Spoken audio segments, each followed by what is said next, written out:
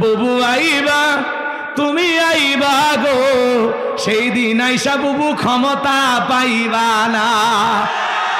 বুবু আইবা তুমি আইবা গো, সেই দিন আইসা বুবু ক্ষমতা পাইবা না। খোঁজ নাই বুবু কাদের কাকার, অবস্থা খারাপ দরবেশ বাবার, আউন আঙ্কেল কোন সামনে আসে না। নেহাতা কর্মী সব জেলের ভিতর, আমি আসি ডরের ওপর, কখন জানি আসে গ্রেপ্তারি পরোয়ানা। বুবু আইবা তুমি আইবা গো, সেই দিন আইসা বুবু ক্ষমতা পাইবা না। ক্ষমতার চেয়ার থেকে নামা সহজ, কিন্তু এই চেয়ারে ওঠা খুব কঠিন। আর আমরা আগামীতে আর যাই হোক সিদ্ধান্ত নেব, কোন মহিলাকে এই দেশের প্রধানমন্ত্রী বানাবো না। আগামীতে এই দেশের শাসক হবে পুরুষ। কারা কারা চান? হ্যাঁ তুলে দেখা, লিল্লাহে তাকবীর। হ্যাঁ, আগামীতে পুরুষ প্রধানমন্ত্রী বানানো লাগবে, যেই দলেরই হোক। আমরা পুরুষ প্রধানমন্ত্রী চাই। নারীদের দেখার দিন শেষ। আগামীতে পুরুষের বাংলাদেশ। মেয়েদের রাগ বেশি, জেদ বেশি, অভিমান বেশি। দেখেন না, বাড়ি ঘরে স্বামীর সাথে ঝগড়া লাগে, হাড়ি বাতি ভেঙে ফেলে দেয়, স্বামী তুলে আসার মারে।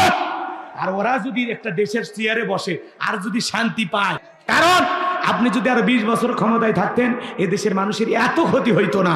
ওই আপনি না থাকাতে ওই 2-3 রাতে লুটপাট হয়েছে, দুর্নীতি হয়েছে, ভাঙচুর হয়েছে, কত যে ক্ষতি হয়েছে। আপনি চলে যা তো ভালো করেননি।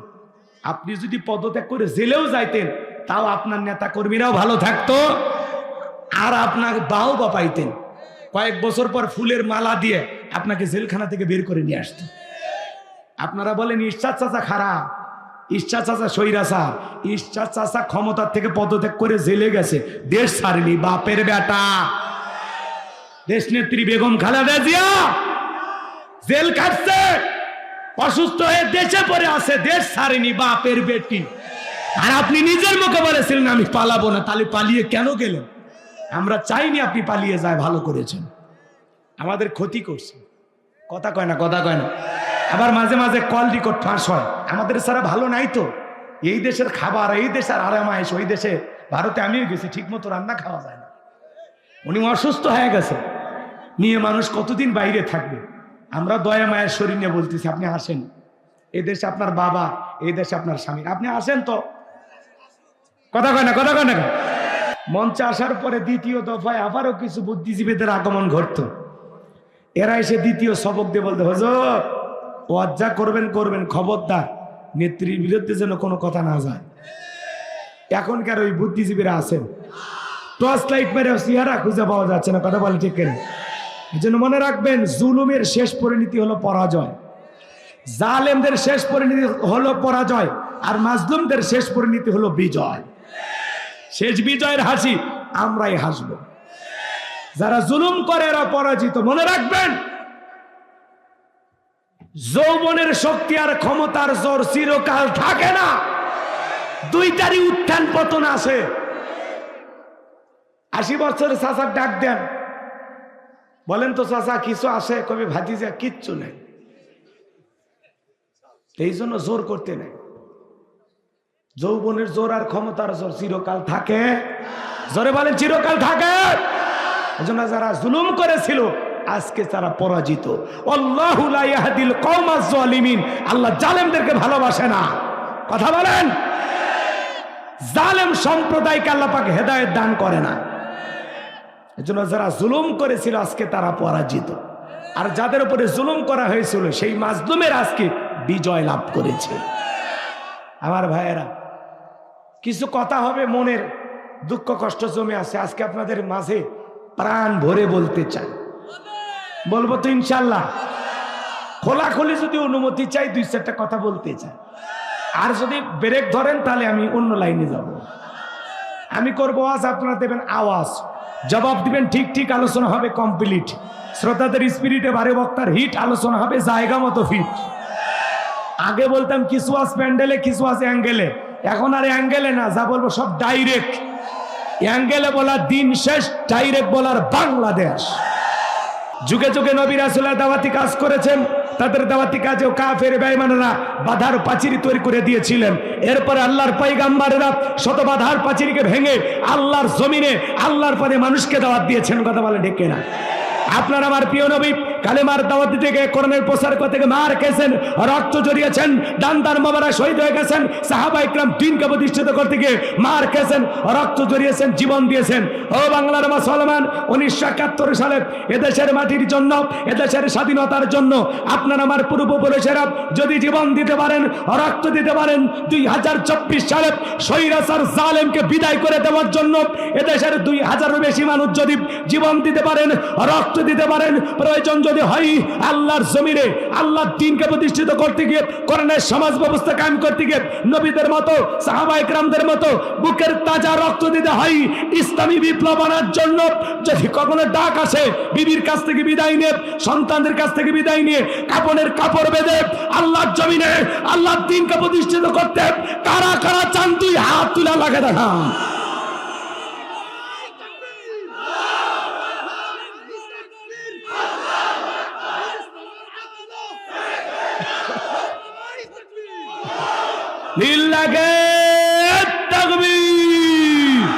কেউ কোনো কথা বলবেন? যারা ওয়াদা দিয়েছেন ওয়াদা ঠিক রাখবেন। চলুন আমরা আলোচনায় চলে যাই। আমি কথা বলবো পবিত্র কোরআনুল কারীমের 66 নম্বর সূরা। সূরাটির নাম হলো মুলক। বলেন কি নাম? মুলক। মনে থাকবে তো ইনশাআল্লাহ? সূরা মুলক থেকে আমি আপনাদের সামনে কথা বলবো ইনশাআল্লাহ। মোট আয়াত আছে 30টি, রুকু আছে 2টি। বিশ্বনবীর মক্কার জিন্দেগিতে এই সূরাটি নাজিল হয়েছে। কোরআনুল কারীমের 66 নাম্বার সূরা, 6-7। কথা কয় না কেন? কত নাম্বার হলো তাহলে? মনে থাকবে তো ইনশাআল্লাহ? 67 নাম্বার সূরা, আর মোট আয়াত 30, রুকু 2টি। সূরাটির নাম মুলক। মনে থাকবে তো ইনশাআল্লাহ? আল্লাহর কোন বান্দা যদি সূরা মুলক নিয়মিত তিলাওয়াত করে, আমল করে, এই সূরার এত ফজিলত, আল্লাহ তাআলা তার কবরে সলজবকে সহজ করে দেবেন। একটু জোরে কর না সুবহানাল্লাহ। আল্লাহর কোন বান্দা যদি সূরা মুলক নিয়মিত আমল করে, কঠিন কিয়ামতের ময়দানে এই সূরাটি আল্লাহ তাআলার দরবারে ওই ব্যক্তির পক্ষ নিয়ে আল্লাহর সাথে ঝগড়া করবে ওই ব্যক্তিকে জান্নাতে নেওয়ার জন্য।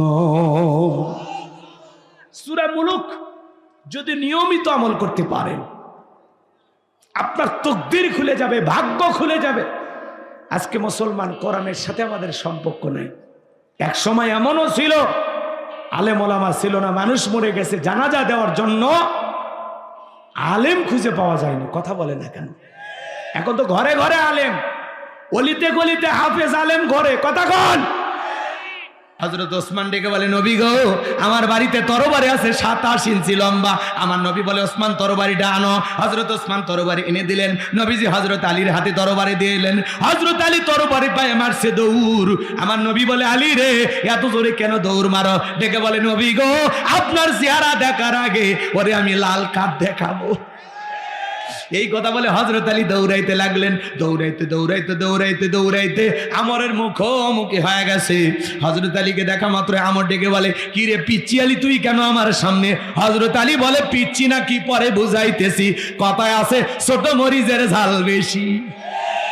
হযরত আলী এইবার তরবারিতে ডাক টানতেছেন আর একটা দোয়া পড়তেছেন। ওই দোয়া পরে পরে যদি বাড়ির চতুর্দিকে ফু দিতে পারেন, বড় বড় দুর্ঘটনার হাত থেকে আল্লাহ আপনার পরিবারকে হেফাজত করবেন। আল্লাহু আকবার বলেন। হযরত আলী এবার দাগ টানতেছেন, বাজান গো আমার, সুন্দর করে দাগ টানতেছেন। দাগটা টানার পরে তরবারিটা উঁচু করে বলতেছে, এই কাফেরের ব্যাটা, তোর যদি সাহস থাকে দাগটা পার হইয়া নবীজির কাল্লা নিতে যায়, আয়। ভাই, একটা আওয়াজই অনেক কিছু। আরো আসতে কোন ঠিক? বাড়িতে ঢুকছে চোর, বাড়িওয়ালা হলো ল্যাংরা, দুটা পায় না, কিছু না পায়, জবান দিয়ে যদি খালি একটা আওয়াজ দেয়, চোর থাকবি না, ভাগে দৌড় মারবি। একটা আওয়াজেই অনেক কিছু। মুসলমান যখন বলবে লিল্লাহে তাকবীর, এটাই মুসলমানের সবচেয়ে বড় হাতিয়ার। খালি দেন না একটা তাকবীর, দেখেন এলাকা কাঁপে উঠে। লিল্লাহে তাকবীর।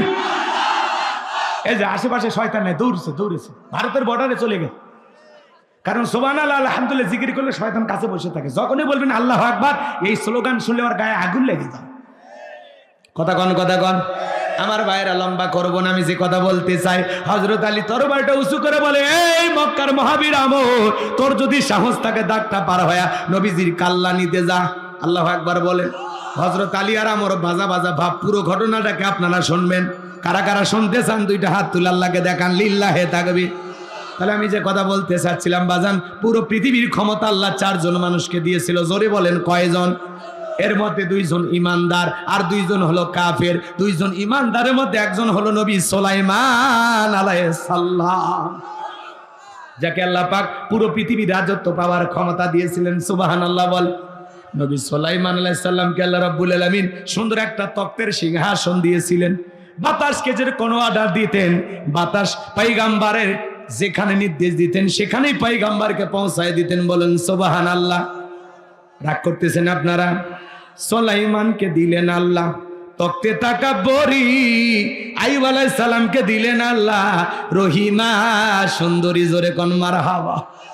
তক্তে তাকাব্বরি দিয়েছিলেন আল্লাহ নবী সুলাইমানকে। এ ভাইরা আমার, মানব দানব জিন ইনসান সকলে তার হুকুম মানতে বাধ্য ছিল। আরে কি সুন্দর নবী সুলাইমান আলাইহিস সালাম, যাকে আল্লাহ রাব্বুল আলামিন পুরো পৃথিবীর রাজত্ব পাওয়ার ক্ষমতা দিয়েছিলেন। নবী সুলাইমান আলাইহিস সালামের অনেক ঘটনা কাহিনী আছে বাজান, সেই কথাগুলো বলতে গেলে 2-3 ঘন্টা আলোচনা করা লাগবে। এত সময় আপনাদের হাতেও নাই, আমার হাতেও নাই। কথা বলেন ঠিক কি না?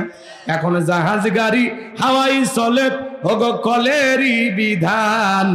একদিন বিনা কলে হাওয়াই চলতো নবী সুলাইমান, মোরা সেই মুসলমান। আল্লাহু আকবার। নবী সুলাইমান আলাইহিস সালাম, যার কথা মানব দানব জিন ইনসান সকলেই শুনতো। পশু কি বলে নবী বুঝতো, পাখি কি বলে বুঝতো, পিপিলিকা কি বলে বুঝতো। সুবহানাল্লাহ। ওয়ালাকাদ আতাইনা দাউদা সুলাইমানা ইলমা, আমি পয়গম্বর দাউদ এবং সুলাইমানকে ইলম দিয়েছিলাম, জ্ঞান দিয়েছিলাম। সুবহানাল্লাহ।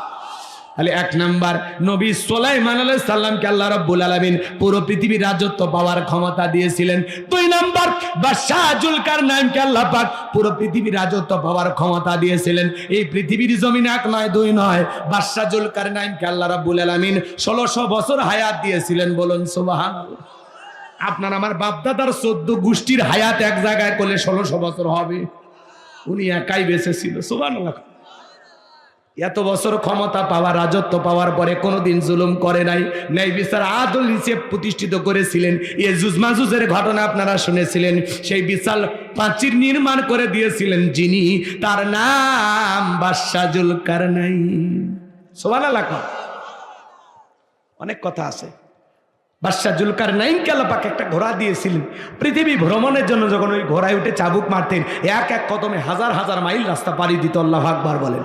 সূর্য উদয় হতে সূর্য অস্তগামী পর্যন্ত, পূর্ব থেকে পশ্চিম পর্যন্ত পুরোটা পৃথিবীর ক্ষমতা আল্লাহ বাদশা জুলকারনাইনকেও দিয়েছিলেন। বলেন সুবহানাল্লাহ।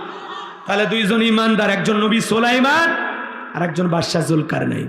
আর 2 জন কাফেরকে আল্লাহ পাক পুরো পৃথিবীর রাজত্ব পাওয়ার ক্ষমতা দিয়েছিলেন। এর মধ্যে একজন জালেম বাদশার নাম ছিল বাদশা বখতে নাসর। কি বাদশা? বাদশা বখতে নাসরকে আল্লাহ রাব্বুল আলামিন পুরো পৃথিবীর রাজত্ব পাওয়ার ক্ষমতা দিয়েছিল। ওই জামানা আল্লাহ রাব্বুল আলামিন তার একজন পয়গম্বর পাঠিয়েছিলেন, সেই নবীর নাম ছিল দানিয়াল। আল্লাহ নবী দানিয়াল আলাইহিস সালাম তখন বনি ইসরাঈলদেরকে সুন্দর করে ডেকে বলেন, ইয়া বানি ইসরা ইলাযকুরু নি'মাতিয়াল্লাতী আন'আমতু আলাইকুম ওয়া আন্নী ফাদ্দালতুকুম আলাল আলামিন। আল্লাহ নবী দানিয়েল দেখে বলে, ও বনি ইসরাঈল উম্মতেরা, দাম্ভিকতা করো না, অহংকার করো না। তোমাদের বাপ দাদা চাকর ছিল, কৃতদাস ছিল, সেই জীবন থেকে আল্লাহ তাআলা তোমাদেরকে মুক্ত করেছেন, স্বাধীন জীবন দিয়েছেন। বিদায় রবের কৃতজ্ঞতা আদায় করো, তার নিয়ামতের শুকরিয়া আদায় করো। কিন্তু না, কোনো মতেই পয়গম্বরের দাওয়াত তারা গ্রহণ করলো না।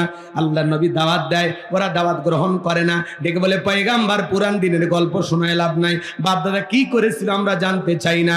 আল্লাহ নবী দানিয়েল থেকে বলে, ও বনি ইসরাইল উম্মতেরা, আর গাছের পূজা করো না, মাছের পূজা করো না, চন্দ্রের পূজা করো না, সূর্যের পূজা করো না, এখনো সময় আছে, এক আল্লাহর ইবাদত করো।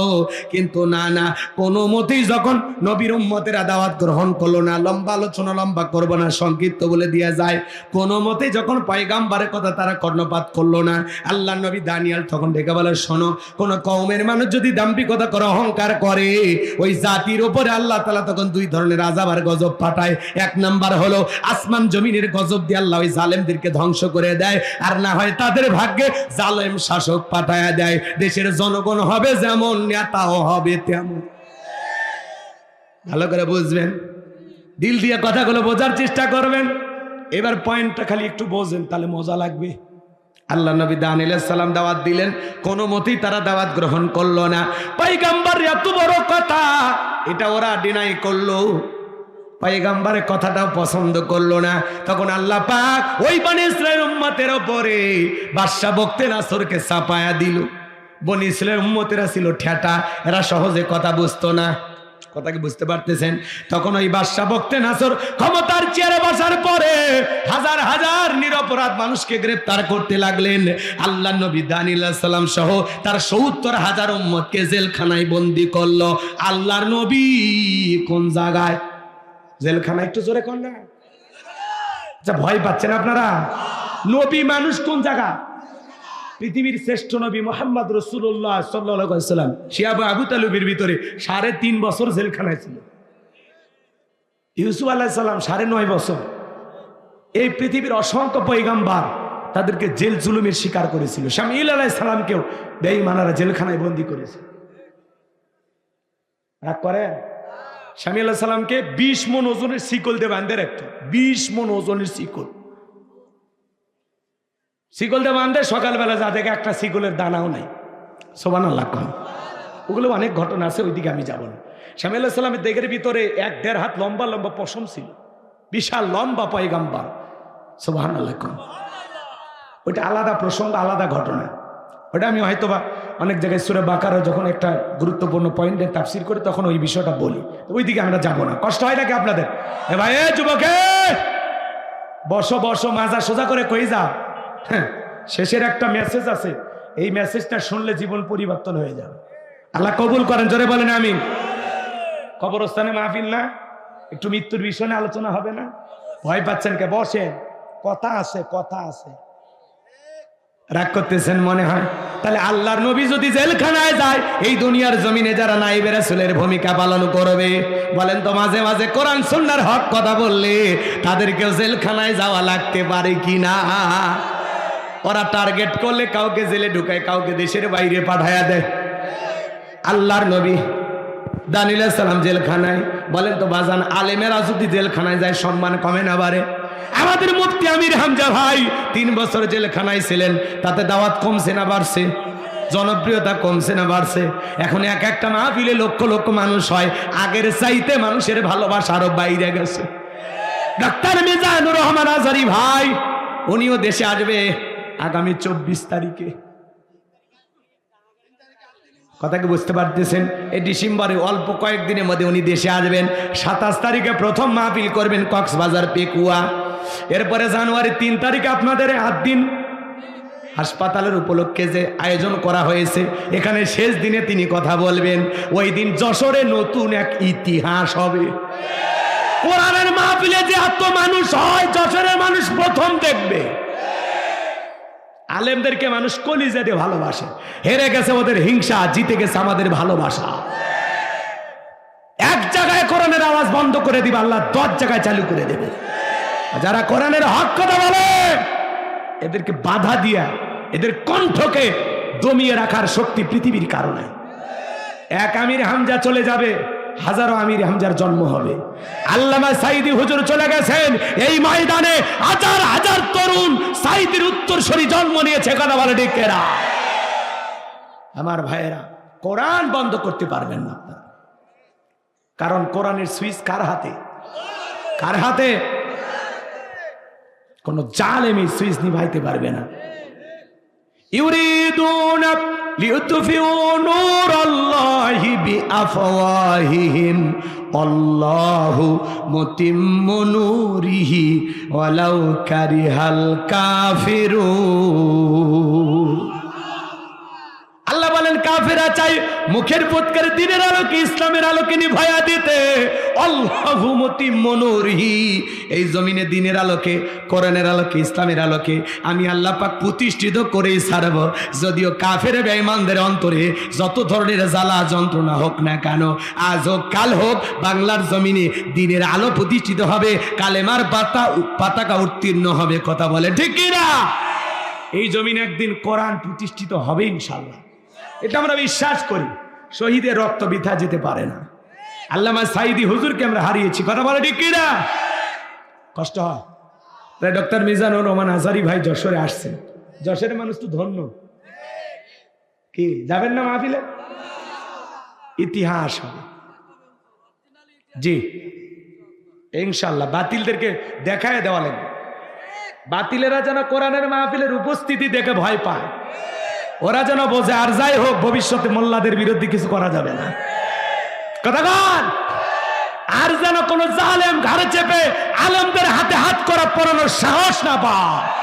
আমরা নতুন বাংলাদেশের জন্ম দেব। কথা কন।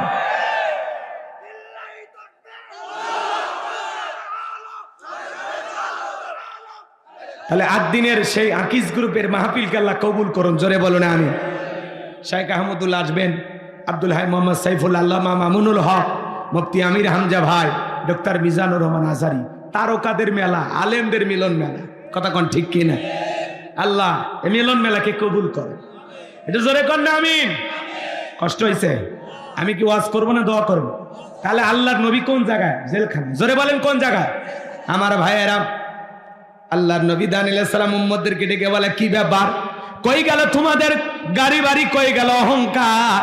কই গেল তোমাদের ভালো থাকার দিন? ডেকে বলে, পয়গাম্বার আপনার কথা যা দিবালকের মতো সত্য হবে আমরা বুঝতে পারি নাই গো পয়গাম্বার। যা করেছি ভুল করেছি, এখন থেকে আমরা তওবা করে ফিরে আসতে চাই। এখন থেকে আমরা এক আল্লাহর ইবাদত করব। আপনি যা বলবেন আমরা তাই শুনবো। আল্লাহু আকবার। আল্লাহ নবী দানিয়েল ডেকে বলে, শোনো, তোমরা যদি তওবা করে ফিরে আসতে চাও তাহলে শুনে নাও, আজকে রাত 12টার পরে আমি যখন আল্লাহ বলে ডাক দেব, আমার সঙ্গে তোমরা সবাই ঘুম থেকে জাগ্রত হয়ে আল্লাহ বলে ডাক দিবা। আমরা সিজদায় লুটিয়ে পড়বো, কাকুতি মিনতি সহকারে আল্লাহর কাছে দোয়া করব। একমাত্র আল্লাহই পারে বাদশা বখতিয়ার জেলখানা থেকে মুক্ত করার ব্যবস্থা করে দিতে। আল্লাহ নবী দানিয়েল আলাইহিস সালাম রাত 12টা বেজে গেছে যখন সিজদায় লুটিয়ে পড়ে আল্লাহকে ডাক দিয়েছেন, আল্লাহ। একটু সবাই ভালোবেসে ডাক দেন আল্লাহ। সবাই একটু মহব্বতে ডাক দেন আল্লাহ। আল্লাহু আকবার। আল্লাহ আল্লাহ বলে মানে কলিজাটা ভরে যায়, কোনো ফাঁকা থাকে না। আল্লাহু আকবার যে বলে, জোরে বলছেন, হাড়ে কোনো সমস্যা থাকলে আল্লাহ দূর করে দিন। আমার ভাইয়েরা গভীর মনোযোগ দিয়ে শোনেন। পয়গাম্বর এইবার সিজদায় লুটিয়ে পড়ে কাকুতি মিনতি সহকারে আল্লাহর কাছে দোয়া করলেন আর কান্না করতে লাগলেন। ডেকে বলেন, আল্লাহ আমার উম্মতেরা ভুল বুঝতে পেরেছে, এখন থেকে আর গাছের পূজা মাছের পূজা করবে না, একমাত্র আপনার ইবাদত করবে। আল্লাহ গো, আপনি আমার উম্মতদেরকে মাফ করে দেন। পয়গাম্বর যখন চোখের পানি ছেড়ে দিয়ে উম্মতদেরকে নিয়ে কান্নাকাটি করে, আল্লাহ ডেকে বলে, পয়গাম্বর দোয়া মঞ্জুর হয়ে গেছে, আর কান্নাকাটি করতে হবে না।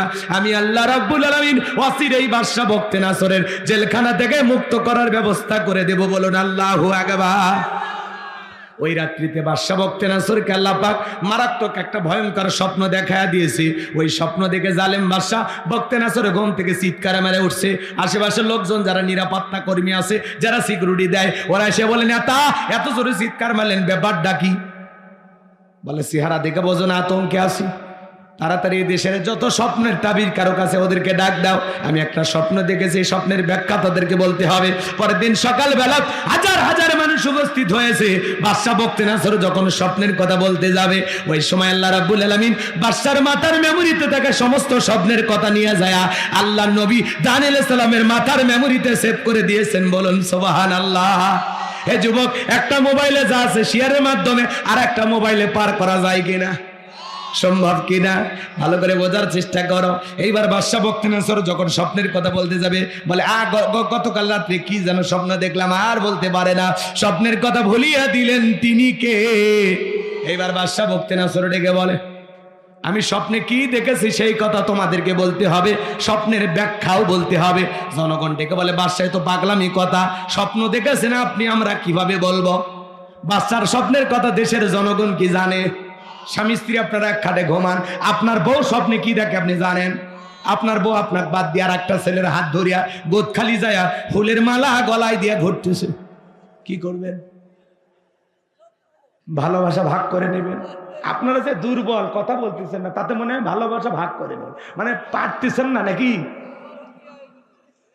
তো কিছু একটা বলেন, বউকে কি করবেন? মারবেন। রাগ করতেছেন আপনারা? তার মানে বউ স্বপ্নে কি দেখে স্বামী জানে না।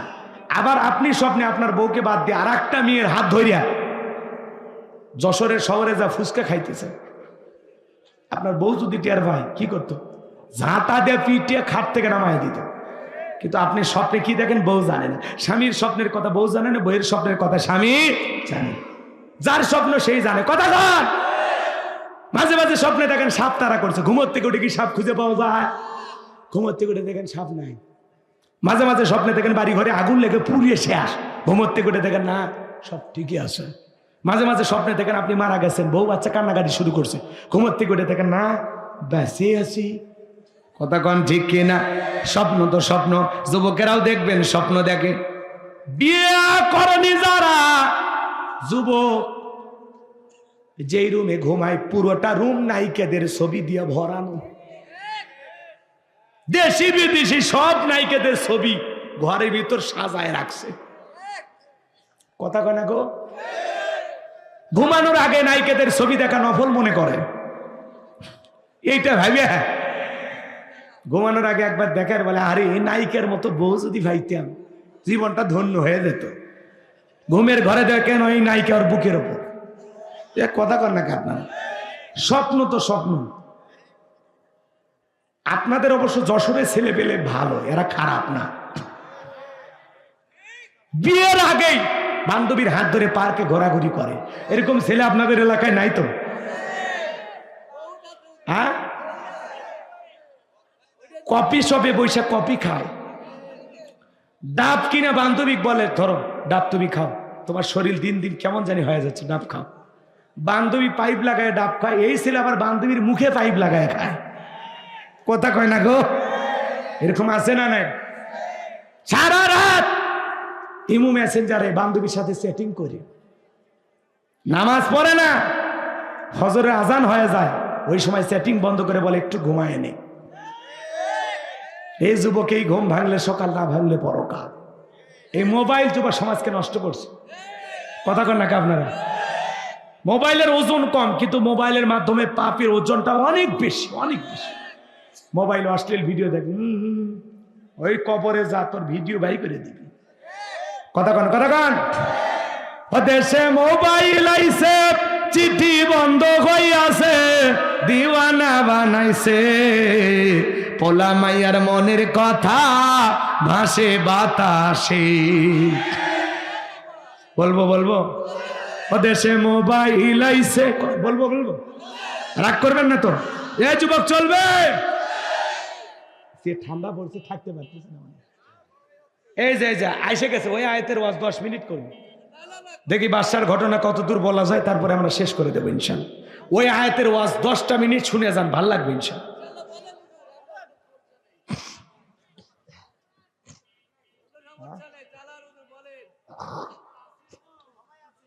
আসি তো হুজুর, আসি না? পাইরি হুজুরের মতো আসি রে ভাই। রাগ করতেছেন আপনারা? তাহলে বলবো বলবো, রাগ করবেন না। ও দেখো পোলা পানের মন বাদা ফেসবুকে এখন, ও দেখো পোলা পানের মন বাদা ফেসবুকে এখন, মোবাইলে চ্যাটিং কইরা কাটায় সারাক্ষণ। এই মোবাইল পাইয়া দেখো মদনের মাইয়া, এই মোবাইল পাইয়া দেখো মদনের মাইয়া কি কাণ্ড ঘটাইছে, স্বামী সংসার আইকা নাকি পালাইয়া গেছে। 2 বাচ্চার মা, 4 বাচ্চার মা পরকে প্রেম করে পালিয়ে যায়, লজ্জা নাই, শরম নাই। যেই মহিলা সন্তান হইছে 2-3টা, এরপরেও স্বামীকে ফেলায় আর একটা পুরুষের হাত ধরে যায়, এটা নারী জাতির কলঙ্ক। এর নারী হওয়ার কোনো যোগ্যতা নাই। কেমনে পারলি রে পাশানি স্বামীর রাইকে আর একটা ছেলের হাত ধরতে, কেমনে পারলি? কথা কন। হ্যাঁ, স্বামী পিঠায় গাজারু মাদারু নির্যাতন করে, জুলুম করে, খালি মারে, কষ্ট দেয়, সহ্য করা যায় না, অতিষ্ঠ হয় না, তাহলে ভিন্ন কথা। কিন্তু স্বামী সরকারি চাকরি করে, ওর বউ ইয়াবাকরের সাথে প্রেম করে পেলে যায়। এটা কথা হলো? এটা কথা হলো? তোদের রুচি এত খারাপ। হ্যাঁ, 2 বাচ্চার মা, বিয়ের দাবিতে আর একটা ছেলের বাড়ি। কি হয়েছে? আমার সাথে প্রেম করছে। তো তোমার বিয়ে হয়নি? কয় হয়েছে। বাচ্চা কয় আছে 2টা। তারপরে একটা ও বিয়ে ছিল, তোমার বিয়ে করবে কেন? তাহলে বলতেছে আমার সাথে কেন স্বামী স্ত্রীর মতো সময় কাটালো বলেন। আচ্ছা, এই কথাটা মুখ দিয়ে বলতে তো লজ্জা লাগেনি? এই নারী, তো লজ্জা লাগেনি? তোর ভিতরে লজ্জা নাই? কেমনে পারিস এই কথা বলতে? যে এই ছেলে আমাকে বিবাহের প্রলোভন দেখায় একাধিকবার, তোর মুখে আটকায় না? একটা ছেলে চেনা না জানা না, 2 দিনের পরিচয়, তার কাছে জীবনের সবটুকু দিয়ে দিলি, তোর লজ্জা নাই? নিজের এত সস্তা মনে করিস? বেহায়া, অসভ্য, নোংরা চরিত্রের নারী। খালি কেউ আর দোষ, তোদের দোষ নাই রে যুবক। কেমনে পারিস? একটা মেয়ের বাচ্চা হয়েছে, ওই মেয়ের দিকে কেমনে পারিস নজর দিতে? ওটা যদি তোর বোন হইতো পারতিস? বেয়াদব ছেলে কোথাকার। মানুষ হ, তোরা মানুষ হ, চরিত্র এত নিচে নামাস না। কত মেয়ে স্বামী পরিত্যক্তা হয়ে বিধবা অসহায় পড়ে আছে, যা বিয়ে কর। কথা কয় না কেন? তোর পীড়িতের এত পিনি করছে, আব্বারে বিয়ে দিতে। তুই একটা পাশের বাড়ি ভাবির সাথে পরকীয়া প্রেম করিস, মামির সাথে। কি শুরু করছিস তোরা? কথা কয় না গো? দেবর ভাবি কেন উধাম? সমাজ আর নাই গো, লজ্জায় মুখ দেখা যায় না। ওরা যে কেমনে মুখ দেখা? খালি পুরুষের দোষ না, নারীরও দোষ আছে, পুরুষেরও দোষ আছে। এক হাতে তালি বাজে না, 2 হাতই লাগে। 2 জনের সমান অপরাধ। তবে যেই নারীর বিয়ে হয়েছে, বাচ্চা আছে, ওই নারীর বেশি অপরাধ। তোর স্বামী থাকতে আর একটা ছেলের দিকে কেমনে নজর যায়? তোর নজর এত খারাপ কে? কি সাইজ হচ্ছে? বলবো রাগ করবেন না। ও দেশে টিকটক আসিয়া সব গেল ভাসিয়া, ও দেশে টিকটক আসিয়া সব গেল ভাসিয়া, সিদ্দিক সোরা নায়ক হইছে আইডি খুলিয়া। এই মোবাইলে হাই কি জাদু আছে ভাই, এই মোবাইলে হাই কি জাদু আছে ভাই, পোলা পান বই যাচ্ছে, পড়ালেখা তুইলা রাখছে সপ্তম আকাশে। পড়াশুনে নেই, খালি মোবাইলে পড়ে থাকে। এই যুবক, তোদের পায়ে হাত দে। আজ 2টা পা, আমি মুসাফির, তোদের পা ধরলাম। যারা বিয়ে করিসনি, সোনা এ কলিজার ভাই, বিয়ের আগে কোনো অবৈধ প্রেম ভালোবাসা করবি না। ওয়াল্লাযীনা হুম লিফুরুজিহিম হাফিজুন। আল্লাহ বলেন, মুমিন তোমার যৌবনটাকে সংযত রাখো, নিজের যৌবনটাকে কন্ট্রোল করো, নিজের যৌবনটাকে হেফাজত করো। মুমিনের যৌবন হোটেলে পার্কে বিক্রি হবে না। মুমিন কোনোদিন বিয়ের আগে অবৈধ কোনো প্রেম ভালোবাসা, পরকীয়ার মতো অভিশাপ করতে পারে না। পরকীয়া এটা ভাইরাসের মতো, বিষাক্ত সবলের মতো পুরো সংসারকে তছনছ করে দেয়। যুবক, পিতা মাতার পছন্দের মেয়েকে বিবাহ করবা। কারা কারা হাত তোলো? যারা বিয়ে করেনি হাত তোলো। এক চাষাও হাত তুলছে। এই বয়সে রিস্ক নেবেন নাকি? হাত নামান। কষ্ট হচ্ছে আপনাদের? এ যুবকে, ভালো হয়ে যাইবা না? 20 বছর বয়স। কয় বছর? 20 বছর বয়স। বাড়িতে এসে বলে, আব্বা আমি উত্তরপাড়া লাখিকে কথা দিয়েছি, রাজি থাকলে 1 যাবো, না হলে 2 যাবো। পিতা মাতা রাজি হয় না, পালিয়ে যা, বিয়ে করে। 3 মাস পরে ভালোবাসা জানলা ভেঙে পাইলে যা। এই জন্য মনে রাখবা, পিতা মাতার অবাধ্য হয়ে যারা বিয়ে করেছ, জীবনে কোনোদিন সুখী হতে পারবা না। পিতা মাতার দোয়া আছে যেখানে ভাগ্য খুলবে, মুরব্বীদের দোয়া আছে যেখানে কল্যাণ আছে। খবরদার যুবক, ভুল সিদ্ধান্ত জীবনে নিস না। মুইরা সইলা মুইরা শেষ হয়ে যায়। এই আগুন নিভবে না। তাহলে বাদশার স্বপ্নে কি দেখেছে বলবো? ওইদিকে যাবো যাবো। কারা কারা শুনবেন হাত তোলেন তো দেখি। লিল্লাহে তাকবীর। আর একটা আয়াত দেখি, এই আয়াতের ওয়াজ করি, তারপরে যদি সময় পাই ওই বাকিগুলো শেষ করব। বলবো তো ইনশাল্লাহ। আমার ভাইয়েরা গভীর মনোযোগ দিয়ে শোনেন। আল্লাহ রাব্বুল আলামিন বলেন, তাবারাকাল্লাযী বিয়াদিহিল মুলকু ওয়া হুয়া আলা কুল্লি শাইইন কাদির। মহামান্বিত সেই সত্তা যার হাতে সর্বময় কর্তৃত্ব, রাজত্ব, পাওয়ার ক্ষমতা। তিনি হলেন সব বিষয়ের উপরে ক্ষমতাবান।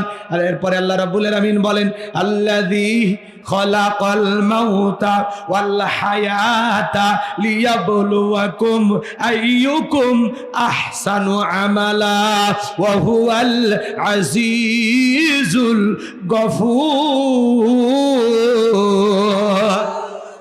আল্লাহ রাব্বুল আলামিন বলেন, আল্লাযী খলাকাল মাউতা ওয়াল হায়াতা, যিনি সৃষ্টি করেছেন মৃত্যু আর জীবন। লিয়াবলুয়াকুম আইয়ুকুম আহসানু আমালা, আমি আল্লাহ পরীক্ষা করে দেখব আমলের দিক দিয়ে কার আমল কত বেশি সুন্দর, কার আমল কত বেশি উত্তম। যার আমল ভালো তার আখিরাত ভালো, যার আমল খারাপ তার আখিরাত হয়ে যাবে বরবাদ। আল্লাহ বলেন, আমি পরীক্ষা করে দেখব আমলের দিক দিয়ে কার আমল কত বেশি সুন্দর, কে কত বেশি উত্তম আমল করেছেন। আল্লাহ পরীক্ষা করবেন। সুবহানাল্লাহ। আয়াতের শুরুতে আল্লাহ কি বলেছে? বাবা এই যে ভাই ভাই ও ভাই 10 মিনিট 12টা বাজলে আমি দোয়া করবো, নিয়ত করছি। কারণ এই যে কুয়াশা চতুর্দিক দিয়ে আসতেছে, অন্ধকার হয়ে যাচ্ছে, থাকলে আমাদের অসুখ হবে। একটু বসেন। এই যুবক, এই আসো বসো। 10 মিনিট দিলটা নরম করেন, চোখে পানি আনার চেষ্টা করেন। আমি যা বলবো আমার দিকে তাকান, সবাই আমার দিকে তাকাবেন, এমনি দিল নরম হয়ে যাবে। এদিকে তাকান। আল্লাহ রাব্বুল আলামিন বলেন, আল্লাযী খলাকাল মাউতা ওয়াল হায়াতা, যিনি সৃষ্টি করেছেন মৃত্যু আর জীবন। সর্বপ্রথম আল্লাহ তাআলা মৃত্যুর কথা কেন বললেন? এই পৃথিবীর যত ক্ষমতা ধরক নেতা হোক, যতই ক্ষমতার মালিক হোক, কোন মৃত ব্যক্তিকে জীবিত করার ক্ষমতা কারো আছে? এই ক্ষমতা কার? জোরে কোন কার? সে আল্লাহ তাআলা বলতেছেন আয়াতের শুরুতে,